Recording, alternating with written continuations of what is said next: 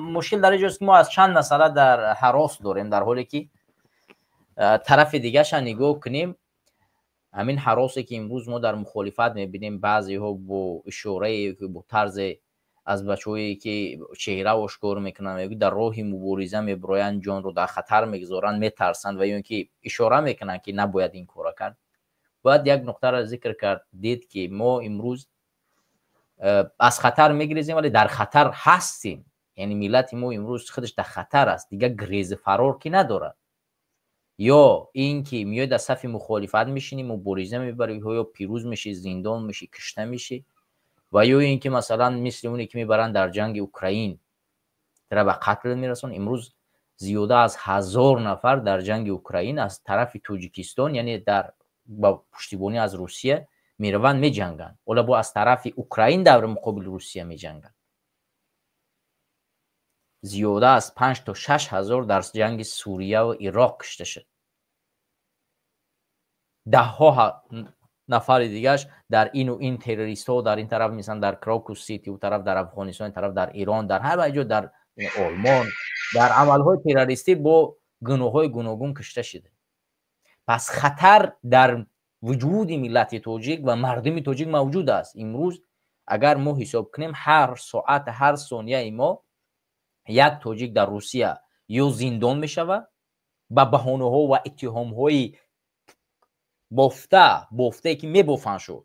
مثلا میارن یک سفیدی را میپرتوین، میبرن زندان میکنن، یک کار دیگه میکنن، میبرن ترا اتهام میکنن، میبرن زندان میکنن.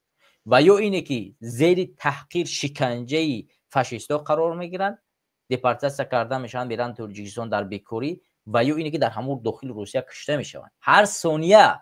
پس خطر نه تنها در این است که تو میره در تاجیکستان شرفمندانه به خاطر ناموس ملت وطنت حد امکان پیش وجدانت بداری که به خاطر آزادی ملت و آزادی وطن برآمدی و تو را بردن زندان کردن. شاید این بخشاش مردم در نظر نمیگیره، این نقطه ها را و این ارگومنت ها را نگاه نمیکنه. او طرفی که بله میروند زندان میشوند، در این شکی نیست که بله قربانی است، ولی باید طرف دیگه شان نگاه کرد که ملت بدون اونم به هر راه و بهانه برده زندان و کشته شدیانش. پس در این راه مقدس و شرفمندانه برای زندان شد بهتر نیست؟ همونطور که برادر خودت او رو صحبت کرده که برادر من بارها میگنش که بیا گناه تا یعنی چی که بخشش بپرس، در مقابل این مخالفه حرف زن، ما تو را میبخشیم، زندان آزادت نکنیم. من هیچ وقت از راهم پشیمان نیستم و هیچ وقت بخشش نمیپرسم. این معنای چی را داره؟ او پیش وجدانش، پیش شرافتش چیکار کرده است؟ قانع است، مطمئن است که هیچ خیانتی نه به خدا کرده است، نه به رسول کرده است، نه به ملت تاجیک کرده است، نه به وطنش کرده است. پس شرفمندانه زندان رو انتخاب کرده است و شرفمندانه در اوج میسته و ذلت را نمیپذیره. فکر کن همین کسی که امروز میاد در روسیه به بهانه های گوناگون میبرن زندانش میکنن، آیا همین وجدانش عذابش نمیتیه که چرا من امروز زندانم؟ به خاطر چی در روسیه من زندانم؟ یا این کسی میره در جنگ اوکراین کشته میشه، آیا این شهید میشه؟ نزد پروردگار فردا جواب نمیده. برای همین ملت تاجیک که در همین جنگ اوکراین و روسیه هیچ دخالتی نداره، ربطی نداره، در اینجا گناه نمیگیره، پیش وجدانش عذاب نمیکشه؟ اگر زنده هم باشه، اون اونجا رفته میگه مادرش عذاب نمیکشه که فرزندم شاید امروز بمیره، فردا بمیره، پدر فرزنداش، زنش، نزدیکاش اذیت نمیکشن؟ پس ملت ما الکه در یک وقت حالت جنگی قرار داره. این نقطه را باید در نظر نگیری، باید برآمد مبارزه را پیش برد. امروز فردا ما و خودت پیر میشیم دیگه، ما و تو برای سنگر رفتن نیستیم. پس جوانی نباشد که نبراید برای سنگر آماده نباشد، پس کی میره و این انقلاب میکنه؟ بله. کی میاد قربانی میکنه؟ من و تو الکه بس این چیل میدرویم امروز فردا دیگه دویده نمیتوانیم. ما از 23 سالگی ما در این راه بر آمدیم. او زمان جرأت و جسارت و توانایی قوی بود، میتونستیم میره در جنگ. باز علیها هر سال سینما میره، امروز فردا به 40 میدرویم و 10 سال بعد 50. ما در کدام سنگر به کار میریم؟ پس سنگر این نسل جوان و نیرومند با بازوی تاجیکی قوی اسلامی برمیخزه میره و انقلاب میکنه. پس نباید از چهره‌ها ترسید، نباید از برآمدن راهی مبارزه ترسید، نباید از ریسک کردن و از خطر کردن ترسید. اگر همین روز در تاجیکستان یک ظالمی که میبروید یک خواهر مسلمانی تو رو اذیت میکنه، اگر تو جسارت پیدا کردی همون را لطکوب کردی 100 سال زندان میکنن. شرفمندترین مردم میرن 100 سال زندان میشینن. میرم میشینم زندان، مشکل نداره. بگذار چهره ما آشکار میکنن، خائن میگن، مشرک میگن، نمیفهم، هزار اتهام بزنن، ولی من نزد وجدانم، نزد دینم، نزد ملتم، نزد خواهر مسلمان تاجیکم افتخار میکنم که به خاطر این بردم مرا زندان کردم. این افتخار است. آیا من همین یک نفر را جزا دادم؟ آیا فکر کردی نفر دیگه جسارت میکنه این کارا میکنه؟ من اگر فردا انقلاب کردم دست اون نفر را که با این همین سید مکرم حمله کرد دستش میبوسم، دستش میبوسم. او قهرمان است. موفق شید نشید فرق نمیکند. همینه که برخواست به سید مکرم، به یک کثیف‌ترین انسان در تاجیکستان حمله کرد، این شرفمندانه بود و تاجیکانه بود. این هزارها فتوا برآورده است در مقابل همین ملت و همین دین، همین کشور. این شرفمندی است. این را جوان مرد میتونه بکنه، این را یک زن صفت نمیتونه بکنه، این را در پشت پرده بجا شده نمیشود کرد. این را باید جسارت مردانگی و چی را پیدا کرد که برآمد این کار را انجام داد. پس نباید از زندان، از مردن، از شکنجه، نمیفهمم از این اون ترسید. باید برآمد صحبت کرد، باید برآمد مبارزه بود، باید برآمد نقشه ها را گفت که باید چیکار بکنیم. ما با برنامه‌های داریم، خود خودمون میترسونیم مردم که نبراید که شما رو ببرن زندان میکنن، نبراید. خب از زندان چرا باید بترسم؟ مشاهد برادری در زندان است دیگر. سهراب ظفر 30 سال زندان شد. نمیدونی زندان شد. در روز دادگاهش به مادرش گفت که مادرم غم نخور، پروا نکن، من نه خیانت کردم، نه دزدی کردم، نه یگان تجاوز کردم کسی را، نه قانونی را شکستم، نه به وطن نه به ملتم خیانت کردم.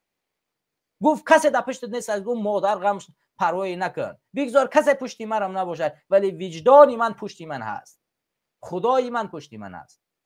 این برای من کافی است. یعنی اینا میگن شرفمندانه مبارزه بردن، اینا میگن شرفمندانه در راه ایستادن، اینا میگن شرفمندانه برای آزادی و آبادی وطن جنگیدن. خب وقتی خود جنگ میبرای چگونه مردم باید بترسونی؟ در جنگ دیگران رو میگو جنگ نیا. خب جنگ شهادت میخواهد دیگه. تو در جنگی دیگر را دعوت میکنی که برادر جنگ نیا که در اینجا خطر داره. خب تو چگونه مجاهد مبارزی؟ چرا دعوت میکنی؟ پس چرا مردم میترسانی؟ درست. نباید انسان ها را ترسان. جنگ جای ترس ندارد. اگر که جنگ نمیخوای نیا دیگه. این جنگ از جنگ امروزه همین است که میبروی میزنی، مبارزه میبری، یک پدر سوخته مثل سید مکرم جزا میدی. همین جنگ از خودش عین حال. مبارزه از همین طور آغاز میشود.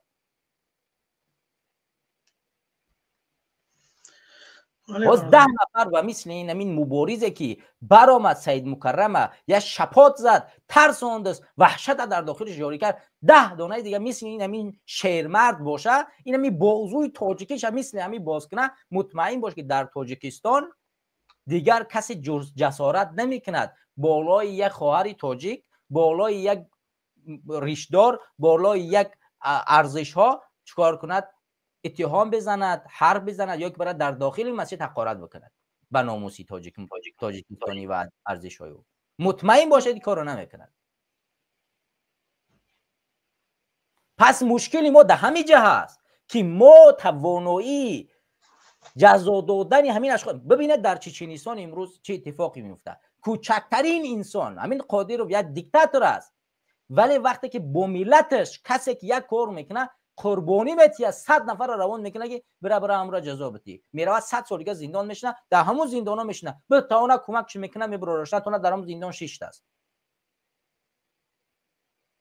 ولی ملت چه دفاع میکنه کو؟ ناموس خواهرش دفاع میکنه کو؟ کدام چچنیه در روسیه امروز روسا میبرن اینقدر اذیتش میکنن، میزنن کوبشن، او رو به جوابگری نمیکشن. اول قادر ملت خودش 2 میلیون 2 میلیون 10 میلیون تاجیکیم در تاجیکستان.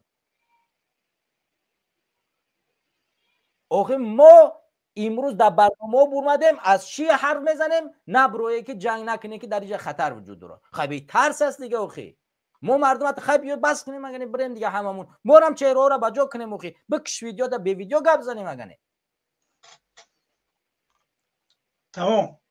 تمامی پهلوهای مسئله هایی را که صحبت میکنیم باید طرف های مثبت و منفیشون در نظر بگیریم. ارگومنت ها را باید بیاریم در مابین و بسنجیم که وزن کدامش بالاتر است. وقتی در جنگی باید جنگید، باید مبارزه بود. آخه در جنگ رفتی شمشیر که نکشتی میزنن گردن تا میبرن. جنگ رفتی میجنگی. بله. به همین اساس ما خواهش میکنیم که وقتی که نقاط را ذکر میکنید اول یک سنجش و تحلیل بگذرونید که همین حرف من میزنم آیا ضرر دارد به ملت بر روند مبارزه بر رسیدن به همین انقلاب یا که نه. آیا فایده من از ضررم بالاتر است یا کمتر؟ آیا نفع من برای مبارزه بیشتر است یا کمتر؟ اینا را پهلوهاشو باید سنجید. بدون سنجش بر آمدن این نقاط رو زدن این ترساندن مردم است. خب بگیم که بگذار که مردم نبروین به چهره. آخه همین مردم به چهره چیکار کردن تو در طول 10 سال؟ کجا شدن؟ کدام شد تو میشناسی من میشناسم همین به چهره را؟ کدام کاری عملی در طول 10 سال کردن؟ در طول 10 سال مادری تا عذاب بکشه، پدری تا عذاب بکشه، مادری ما عذاب بکشه، پدری ما عذاب بکشه، تمامی نزدیکای ما تا عذاب بکشن، در خارج در غربت بگردیم، اذیت بکشیم، هر روز استرس بشیم، ولی همون پشت پرده در کجا انوخی؟ چرا یک کسی که امروز خونه تو میروه مادری تو اذیت میکنه، مادری پیر تا نوار میگیره، در ابرو و در شان شرفش در چی میبره که بگه که بچه من آق کردم دیگه نیای همین بچه من یا که بیاد نیای من تو آق کردم، چرا نروه همین کسی که به همین کار چی میکنه همون را جزا نتیه؟ پس همون آدمی پشت پرده دروغ است و نیست. بدن نبدنش معلوم نیست.